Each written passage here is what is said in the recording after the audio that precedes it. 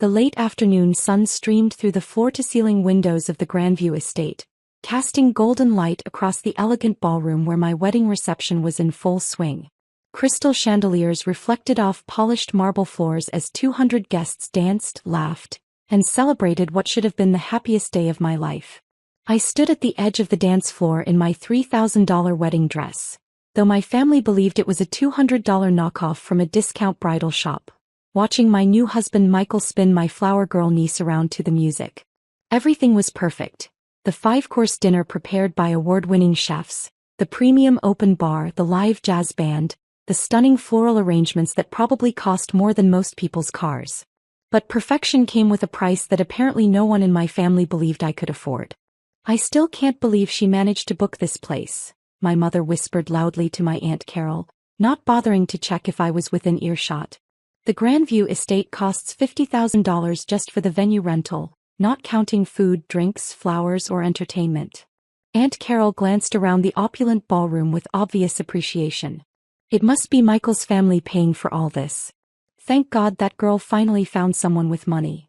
I pretended to be fascinated by my bouquet as I listened to them dissect my financial situation for the entertainment of our relatives. "Poor thing has been struggling for years with that little photography business," Mom continued, "taking pictures of babies and high school seniors for $200 a session. I keep telling her to get a real job, but she insists on pursuing this artistic dream." My cousin Janet joined the conversation, wine glass in hand. "Well, at least she found a husband who can support her properly. Michael's construction company must be doing well if they can afford a wedding like this." I felt my cheeks burn with embarrassment and frustration. Here I was on my wedding day, listening to my own family speculate about my finances and dismiss my career as if I weren't standing right there. The truth was, Michael and I had split the wedding costs evenly, despite my offering to pay for the entire event. He'd insisted on contributing equally because he said it was important to him to feel like a partner rather than someone being supported by his wife's money. It was one of the many reasons I loved him. He saw me as an equal, not a charity case. "I just hope she's not going into debt for this," Mom said with a sigh. "You know how young people are these days. No sense of financial responsibility." That comment stung particularly deeply since I'd been financially supporting my parents for the last 3 years without them knowing it. The mysterious insurance settlement that had paid off their mortgage? That was me. The sweepstakes winnings that had covered Dad's medical bills? Also me. The church scholarship that had sent my younger brother to college? Me again. Michael appeared at my side, looking handsome in his perfectly tailored tuxedo. "Hey beautiful. Why do you look upset? This is supposed to be the best day of our lives." I forced a smile. "Just listening to family commentary about our financial situation." He followed my gaze to where Mom was still holding court with her theories about who was paying for what. "Your mom is doing the thing again, isn't she?" he asked quietly. The thing was what we called my family's tendency to discuss my supposed poverty as if I were either not present or not capable of hearing them. "It's fine," I said. "I'm used to it."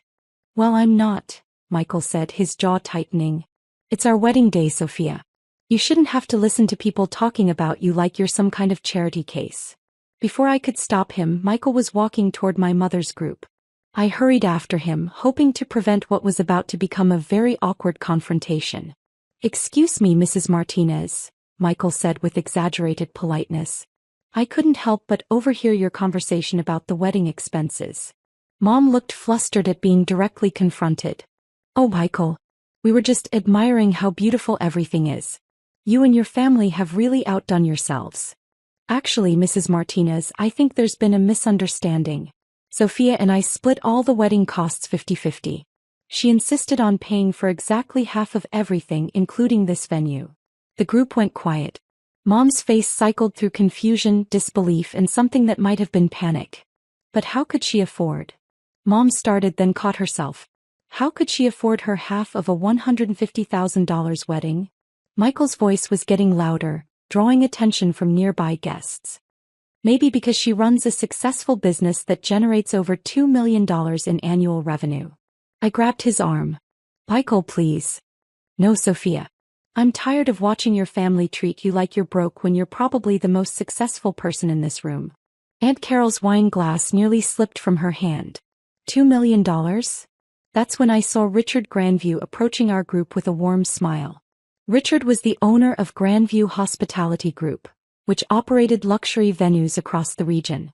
He was a distinguished man in his 60s who treated his properties like works of art and his clients like royalty. "Miss Taylor," he called out, using my maiden name as he'd known me professionally for several years. "I hope you're enjoying your special day." I smiled at him, grateful for the interruption. "Richard, everything has been absolutely perfect. Thank you so much for making this day magical." "It's my pleasure. And I wanted to personally thank you again for the acquisition. Having Taylor Creative Holdings purchase our entire chain has been the best thing that could have happened to our company." The words hung in the air like a bomb that had just been dropped in the middle of our family gathering. Mom's face went completely white. "Acquisition." Richard beamed with pride. "Oh yes. Miss Taylor's company acquired Grandview Hospitality Group 6 months ago. We now have the capital to expand to 12 new locations across the state. It's the most exciting development in our company's history." He turned to me with obvious admiration. "Your vision for combining luxury events with cutting-edge digital marketing has already increased our bookings by 300%. The photography and videography packages you've integrated are revolutionary." My cousin Janet made a sound like she was choking on her wine. "Photography packages?" Mom whispered. "Oh, you must be so proud of your daughter," Richard continued, oblivious to the family drama he'd just ignited. "Taylor Creative Holdings isn't just about photography anymore. The event planning division, the luxury venue chain, the digital marketing agency, she's built quite an empire." He gestured around the ballroom. "And having her wedding at her own venue was such a lovely touch. Though I suppose technically it's free when you own the place." Richard laughed at his own joke while my family stared at me in stunned silence. "Empire," Aunt Carol repeated weakly. "Absolutely. 15 venues across 3 states. A team of 200 photographers and event coordinators, partnerships with luxury hotels and resorts. Forbes called her one of the most innovative entrepreneurs in the wedding industry." Michael was trying not to smile as he watched my family process this information. "I should let you get back to celebrating," Richard said. "But Miss Taylor, the board meeting is scheduled for next Thursday to discuss the Las Vegas expansion. We're all very excited about the opportunities there." "Thank you, Richard. I'll see you Thursday." After he walked away, the silence that followed was deafening. 5 family members stood in a circle, staring at me like I'd just revealed I was an alien from another planet. Mom was the first to speak, her voice barely above a whisper. "Sophia, you own this place?" I nodded. "Among others. Grandview was actually my first major acquisition. I've been expanding the business model to other markets." "But you said you take pictures of babies," Janet said weakly. "I do. That's how I started, doing portrait sessions and wedding photography. But I also noticed that most venues had terrible marketing, outdated websites, and no social media presence. So I started offering those services too." I looked around at my family's shocked faces. Then I realized I could offer complete packages: venue, photography, planning, catering, entertainment. Instead of just taking pictures at weddings, I could create entire wedding experiences. Michael stepped closer to me, his hand finding mine. "When venues started struggling during the pandemic, I had the capital to acquire them at reasonable prices. Now we offer luxury wedding and event services from initial planning through final photography delivery." "How many venues?" Mom asked, her voice hollow. 15 currently. We're opening 3 more next year, plus we're launching a destination wedding division in partnership with resorts in Hawaii and the Caribbean." Aunt Carol sat down heavily in the nearest chair.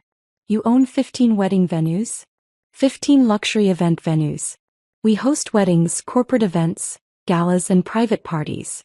Last year we coordinated over 2,000 events. The number seemed to hit them like a physical blow. "Sophia," Mom said slowly, "if you have all this money, all this success, why do you live in that little apartment? Why do you drive that old Honda? Why do you dress like—" She gestured at my general appearance, then seemed to realize she was critiquing my fashion choices at my own wedding.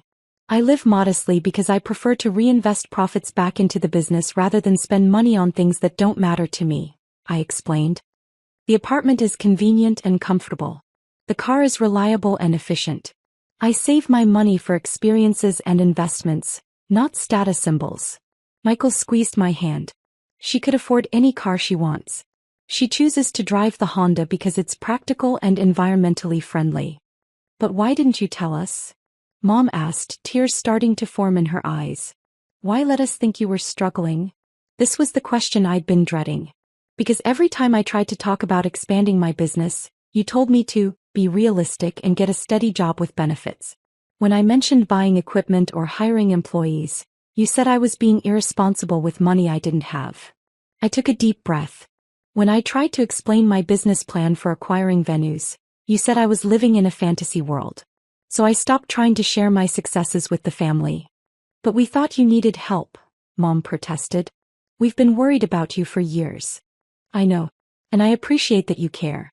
But your worry was based on assumptions, not facts. You assumed I was failing because my business model didn't look like traditional employment. A server appeared with a tray of champagne and I gratefully accepted a glass. The conversation was emotionally draining, even though it was long overdue. Mom, do you remember 3 years ago when you and Dad were about to lose the house because of his medical bills? She nodded reluctantly. And then you got that call from the insurance company saying there had been an error in processing, and they were covering everything retroactively? Yes, it was a miracle. We never understood why. It wasn't the insurance company. I paid those bills directly and had my lawyer structure it to look like an insurance settlement so you wouldn't feel obligated to pay me back. Mom's hand flew to her mouth. And the church scholarship that sent David to college? That was the Taylor Creative Holdings Educational Foundation, which I established specifically to help family members pursue their dreams without having to ask for help directly. My brother David, who had been standing nearby and apparently listening to everything, stepped forward with wide eyes. Sophia, you paid for my college? I established a scholarship program. You earned it through your grades and your essay about wanting to become a teacher. The foundation just made it possible. How much? Mom whispered. How much money have you spent helping us? I looked at Michael, who nodded encouragingly. Including the mortgage payoff, medical bills, college tuition, and various other assistance over the years? Approximately $400,000. The number hit the group like a physical blow. Several people had to sit down. But you never said anything, David said, his voice shaking. You let us think it was scholarships and insurance settlements and lucky breaks. Because I wanted you to feel proud of your accomplishments, not indebted to me. You earned that college degree, David. The scholarship just removed financial barriers. I turned to Mom. And you and Dad worked hard your entire lives and didn't deserve to lose your home because of medical costs you couldn't control. I had the ability to help, so I did. But why keep it secret? Aunt Carol asked. Because I know this family. If you'd known the help was coming from me, it would have changed our relationships. You would have either felt obligated to pay me back, which would have been financially impossible, or you would have started expecting assistance instead of appreciating gifts. Michael stepped forward. What Sophia is too modest to tell you is that she's been quietly supporting half the people in this room. The Taylor Creative Holdings Foundation has provided over $2 million in scholarships, medical assistance, and emergency funds to family members and employees over the last 5 years. $2 million? Janet repeated faintly. That's just the charitable giving, Michael continued. The business itself is valued at approximately $15 million. Sophia is worth more money than the rest of the family combined, and she's been using that wealth to take care of everyone while letting you believe she was the one who needed help. The silence that followed was broken by the sound of the band starting a new song. Around us, the wedding reception continued as our family processed revelations that changed everything they thought they knew about me. Sophia, Mom said finally, I owe you an apology. We all do. We've been treating you like a child who couldn't take care of herself, when all along you've been taking care of all of us. You don't owe me anything, Mom. You're my family. Taking care of family is what you do when you have the ability. But we've been so condescending. So dismissive of your work, your choices, your lifestyle. You were trying to protect me. I understand that. But protection based on false assumptions isn't helpful. It's hurtful. David stepped forward and hugged me tightly. Thank you, he whispered. For college, for believing in me, for making it possible for me to become a teacher. You did the work, David. I just removed some obstacles. Mom was crying now, tears streaming down her face. I'm so proud of you, sweetheart. I should have said that years ago, but I'm saying it now. You've built something incredible. We're all proud, Aunt Carol added. And we're all ashamed of how we've been talking about you. I looked around at my family, these people who had shaped me, supported me in their way, and yes, sometimes misunderstood me completely. I don't want anyone to feel ashamed. I want us to move forward with better understanding. And I want you to know that despite everything, despite the frustration and hurt feelings, I love this family and I always will. Michael wrapped his arm around my waist. And now they know that when you said you wanted to pay for half the wedding, you weren't being stubborn or proud. You were being generous by not paying for the whole thing. That actually made Mom laugh through her tears. Speaking of the wedding, I said, there's one more thing you should probably know. I gestured toward the band which had just finished their set. See the musicians? That's the Taylor Creative Holdings house band. They perform at all our venues. And the photographer getting candid shots over there? She's my business partner and co-founder of the company. Even the band? Janet asked weakly. We employ about 200 people across all our properties. Photographers, planners, musicians, caterers, florists, venue coordinators. It's a comprehensive operation. The DJ took the microphone to announce the father-daughter dance, and Dad appeared at my side looking slightly overwhelmed by everything he'd apparently overheard. Sweetheart, he said quietly, your mother told me what we just learned. I don't have words for how proud I am, or how sorry I am that we didn't understand. Dad, let's just focus on celebrating tonight. We can talk about everything else later. As he led me onto the dance floor, I could see my family members scattered around the ballroom, some sitting in stunned silence, others animatedly discussing what they'd just learned. The revelation had completely changed the dynamic of the evening, but not in a bad way. You know what the best part of this is? Dad said as we swayed to the music. What's that? Watching you and Michael start your marriage with complete honesty. No secrets about money, no pretending to be something you're not. That's a good foundation. It is, I agreed, though I'm not sure the family needed to learn everything quite so dramatically. Dad chuckled. Sometimes the truth needs a dramatic entrance to be properly heard. As the song ended and Michael cut in for the next dance, I realized that Dad was right. 4 years, I'd been allowing my family to believe a version of me that wasn't real. Tonight they finally met the actual me. Successful, generous, independent, and capable of taking care of not just myself but all of them. No regrets? Michael asked as he spun me around. None. It feels good to finally be seen for who I really am. Even if it means your mom is going to spend the next 5 years apologizing for underestimating you? I laughed. Especially then. As the evening continued, I noticed a subtle but significant change in how my family interacted with me. The condescending advice stopped. The worried glances disappeared. Instead, I found myself in conversations about business, investments, and future plans. For the first time in years, they were asking for my opinion rather than offering unsolicited guidance. It was exactly the wedding gift I hadn't known I wanted. The gift of being seen, understood, and respected by the people who mattered most to me. Later that night, as Michael and I prepared to leave for our honeymoon, Mom pulled me aside one final time. Sophia, I need you to know something. I'm not just proud of your success or your money. I'm proud of your kindness, your generosity, and the way you've taken care of this family without asking for recognition. Thank you, Mom. That means everything to me. And I promise no more assumptions about your life or your choices. If I want to know something, I'll ask instead of guessing. That sounds perfect. As our car pulled away from the Grandview estate, my venue, my business, my success story, I reflected on how completely the evening had changed. Not just because my family finally understood my financial situation, but because we'd established a new foundation for our relationships based on truth rather than assumptions. Tomorrow, Michael and I would fly to Hawaii for our honeymoon at a resort where Taylor Creative Holdings was launching our destination wedding division. But tonight, I was simply a woman who had married the love of her life in her own venue, surrounded by family who finally saw her for who she really was. It was, without question, the perfect wedding day.